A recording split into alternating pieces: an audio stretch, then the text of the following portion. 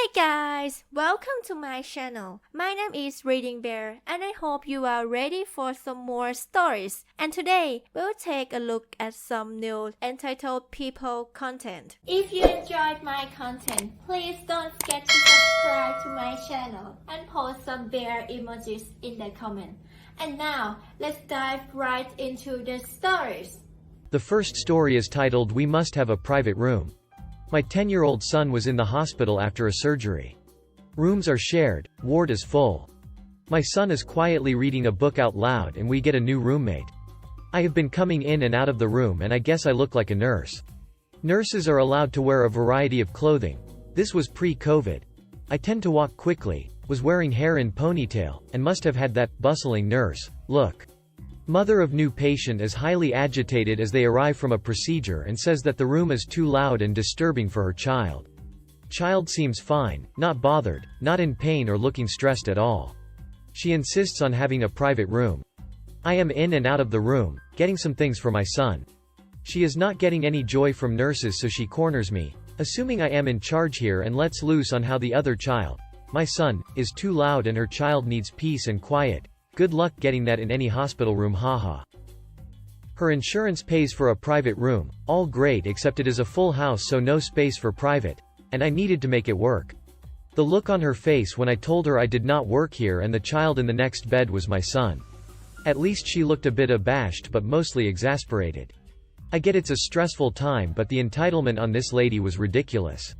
The next story is titled "Boss Wants Me to Come Into Work Drunk." Okay, so I was thinking this would be an entitled people, but it's about work and I wasn't working at the time. Also, I am a phone. My boss is a nice guy but sometimes get a bit aggravated and I'll be honest, doesn't run things the way I would run things. To the story. A couple of people have left the job due to not being paid for overtime and being overworked anyway. So the people left, including me, have been doing 6 or 7 days a week to keep the place running. It's a small business and money is money. About 2 weeks of this and we ask the boss man, when are new people being hired? Oh, you guys seem to be getting on fine as you are. And that was the end of that convo. Being a bit run down and young and fed up of no social life, I booked off a nice 4-day weekend and bought tickets for a band I liked. Holiday was accepted, noise. Friday comes and I wake up nice and late. Get a couple of tinnies in with the mates on the way up the Big Smoke and proceed to get hammered to punk music and thoroughly enjoying my night of sticking it to the man. In the smokers area I get a phone call from Bossman. Big. We have a kind of casual relationship, that wasn't just me being a moron. Hey Angry Jarl, any chance you can work Tonute in the weekend? We are understaffed and, name, would have to work 16 hours. Sorry Bossman, I'm in London and also pretty sloshed. Right, so you going to make, name, not go home to his kids cuz you wanna have fun then? Dutch courage kicked in. Look, we all are overworked and you don't want new people. We all told you this would happen, so no hick, I'm not coming in. Well, don't bother turning up tomorrow then. That's the PLA, but he hung up. Went back to work on Tuesday and he acted like nothing happened.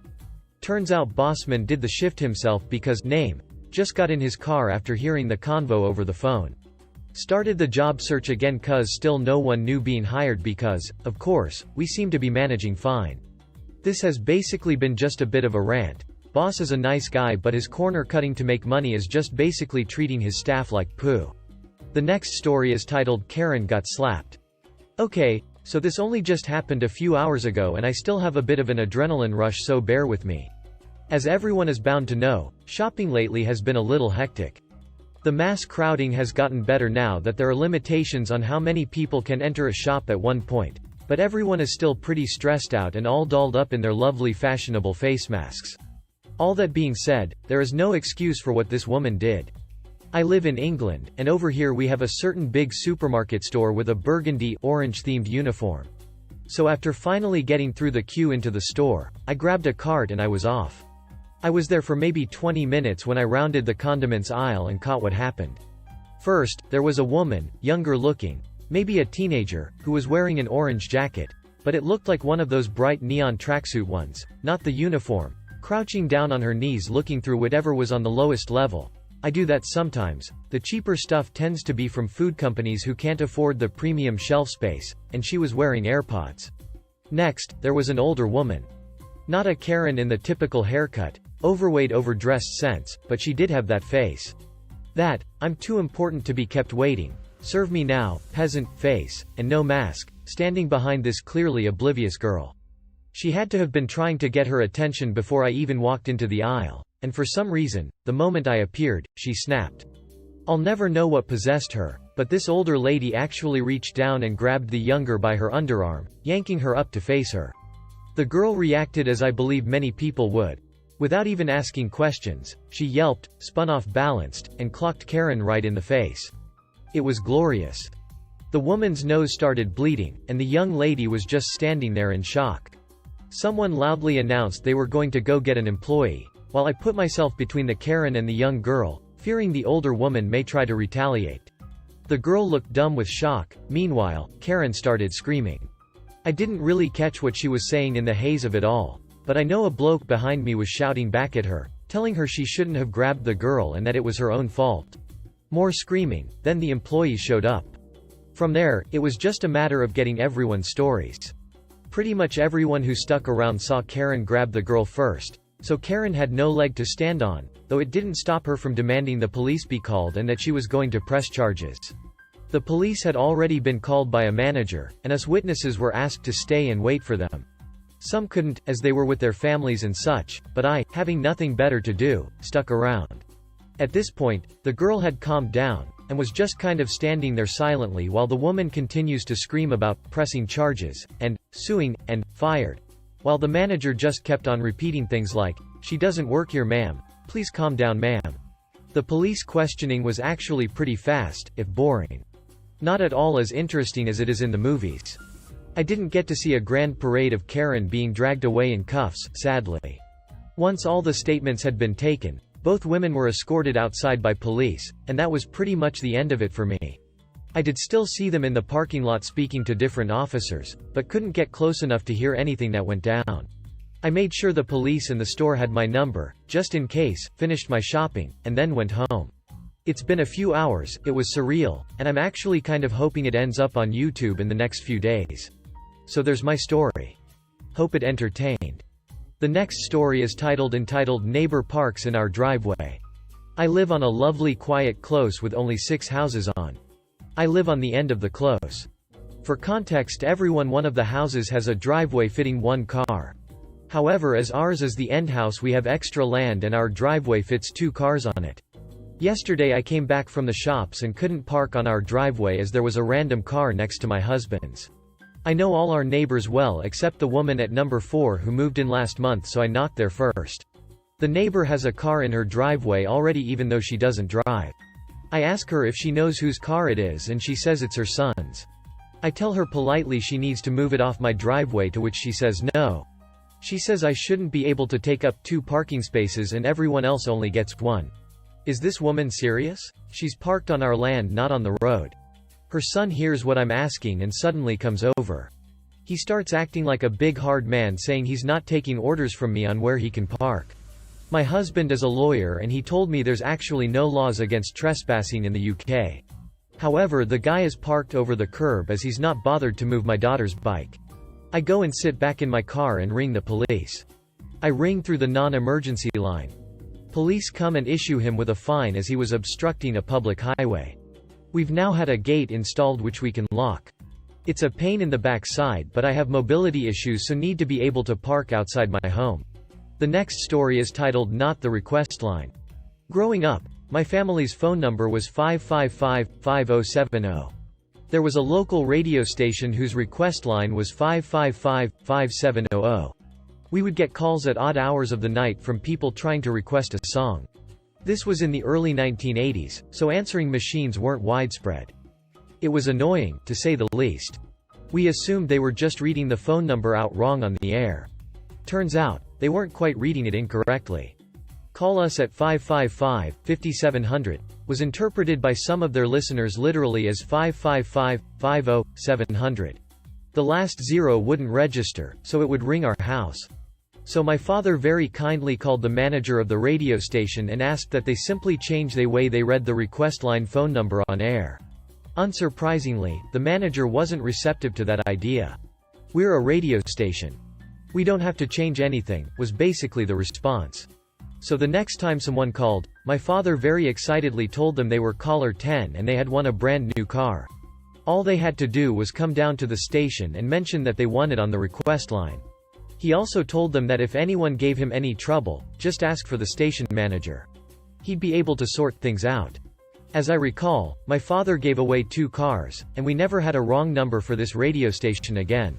The next story is titled Karen Can't Understand Basic Kindness. This is a generally wholesome story with a comedic Karen encounter. When I was 17 I worked at McDonald's. Now, the fact that the red and black uniform of McDonald's looks nothing like the blue-centric Walmart uniform has little bearing on this story because as we know the only colors a Karen can see are, beneath me, and, my reflection. So I was visiting Walmart after work, straight out of work. I was still in uniform and my hair was a mess so I still had my McDonald's hat on. I swung by electronics to check out the games and while I was looking at them, there was a pretty young kid like 10 and his mother talking to an employee about what game he wanted to get. I overheard their whole conversation while looking at the games myself. He wanted a Pokemon game but didn't know which one to get. It was between Ruby and Emerald. The kid was clearly into Pokemon but this was his first time getting one of the games because he just got his first Game Boy and he could only get one.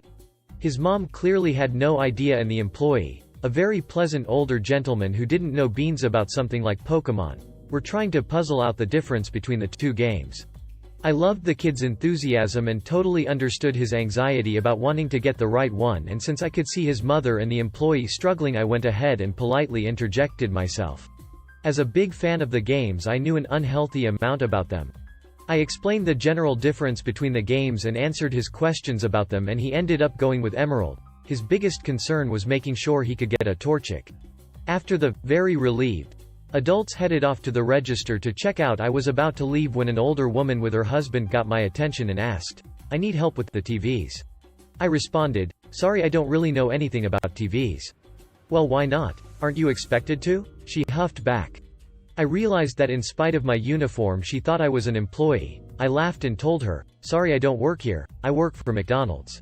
She huffed again and said, well you were helping those people just a minute ago. Yes, because I knew the answer and was able to help. She snorted, well why would you do that if you don't work here? I was genuinely baffled by the question and I just looked at her and said, to be nice? Well I don't know why you would do something like that. I just stared at her, like how do you even respond to that? After a moment of silence she finally asked, so can you help me with the TVs or not? I just said, no, and walked away. I don't quite understand what about basic human kindness is so confusing, but there it sits. But the little boy got his Torchic and at the end of the day that's what really matters. The next story is titled Why Not Just Commit Battery on a Teenager Because He Helped a Lady and Not You Even Though He Doesn't Work Here? So I was in a local home improvement store, that has more agricultural related products, picking up some welding equipment. I grab 5 pounds of the electrodes I need to practice running for school. While I'm grabbing them a lady asks me if I could help her find a hood and a few types of electrodes for her husband who is just getting into welding. Now I like helping people when it is something that I am knowledgeable about. I help her by showing her the types I learned on when I first learned that type of welding. She thanks me and walks away and I grab the electrodes and head towards the front register. Keep in mind that I'm jeans and a black leather jacket that in no way resembles the store uniform of a red vest with the company name on it. This lady pulls on the sleeve of my jacket as I walk by and she didn't lightly tug on it either. I don't like to be touched by people who don't know me just like any person, retail worker or not. So I turn on my heels and am about ready to confront the person who just forcefully grabbed my brand new leather jacket. It is an older lady who immediately looks like she has a stick up her ass. She asks me if I know if they have any trailer hitches in the back. I told her that I don't work here and she says something like, you just helped that lady get some things in the other aisle. I tell her, I did, but I do not work here. I just came here for these, and I show her the 5-pound container of electrodes. But you helped the other lady, so why can't you go and get a trailer hitch from the back? This lady says as her brain short circuits. She then tries to grab me again and I step away as she starts to come unglued. She says something like, get back here you son of a idiot, and, when is it okay to help one customer and blow another off? As I walk towards the registers. I immediately turn around and ask, when is it okay to commit battery on a minor just because he doesn't work at a store? There is never a line in the front so I immediately tell the guy at the register what happened. In a matter of seconds after I stop talking to him, she marches over all red in the face. She then goes to him and tells him how much of a horrible employee I am and how I need to be fired. He tells her, he doesn't work here. You have 30 seconds to leave the store or we will call the police. At this point it finally clicks in her head that she ducked up and sighs loudly and leaves without another word. The guy at the register was very apologetic and offered to cover the charge of the electrodes, about $30 including tax, which I declined and paid for it. The next story is titled, Those Aren't Our Vans. So it has finally happened to me. For context, I work in my family's carpet shop, which is situated on a road with houses opposite. Today I was cutting up some carpets with my dad ready for a job when we notice irate older man pacing around downstairs, so I stroll down to see what's up. IOM. Your vans are blocking my drive, you need to move them now. Considering all our carpet fitters are out on jobs outside our local area today, I very much doubt that. But such is the life of retail workers, so I had to oblige him. Me. Okay sir, why don't you show me where the vans are and I can take a look? IOM. Damn right, I need to go out and you guys are ruining my day. So we walk out front and he points triumphantly at the offending vans and straight away I can see they've got a different name on them. Me. Sorry to say I can't do anything about those vans, they aren't ours. IOM. What do you mean you won't move them? I need to get out of my house. Me. Well, you see the side of the vans? IOM. I'm not blind, yes I can see them. Me. Well, that van has Stuart Little Carpets written on the side AAAND. If you take a look at our shop, we are IDWHL Carpets. IOM. Well, can't you move them anyways? Me. They don't belong to us. I literally can do nothing. There's a phone number on the side of the van, why don't you ring them and see what Stuart can do for you? IOM. Well, they are parked awfully. What about that van? Can you move that one? He's literally pointing at an unmarked regular van at this point. Me. Besides committing grand theft auto on your behalf, there's not a lot I can do, but good luck with the vans. And that was that. I left IOM to his own devices in the street. The next story is titled, This Morning at the Gym. Good morning, friends. I work at a tech company. Coworkers are aware of my account, so I will not say where I work. I was pumping some iron this morning, wearing a shirt of my company. This woman comes up to me, actually similar in age to me, and starts going on about how bad her experience has been with us. It's important to understand that I don't work with customers directly. I work in quality assurance. Here's the convo. Gee. Hey, I have a bone to pick with you. Me. I'm sorry? Gee. Your company? The shirt you're wearing? Me. Okay, what's up? Gee. The service I've had with you guys has been just awful. People don't show up when they're supposed to, and it's just been a mess. Me. I'm sorry to hear about that. Have you tried contacting our customer support team? They're available 7 to 7 every day. Gee. No, I haven't, but that's fine, because you can help me. Me. Not really, I have none of your account information, and even if I did, I'm not in customer support, and I don't have the tools to assist you at the moment. Call customer support at 7, they'll be on and ready to help. Gee. Well, it's your company, and you're here with me right now. Just help me. Tell me what's going on. Me.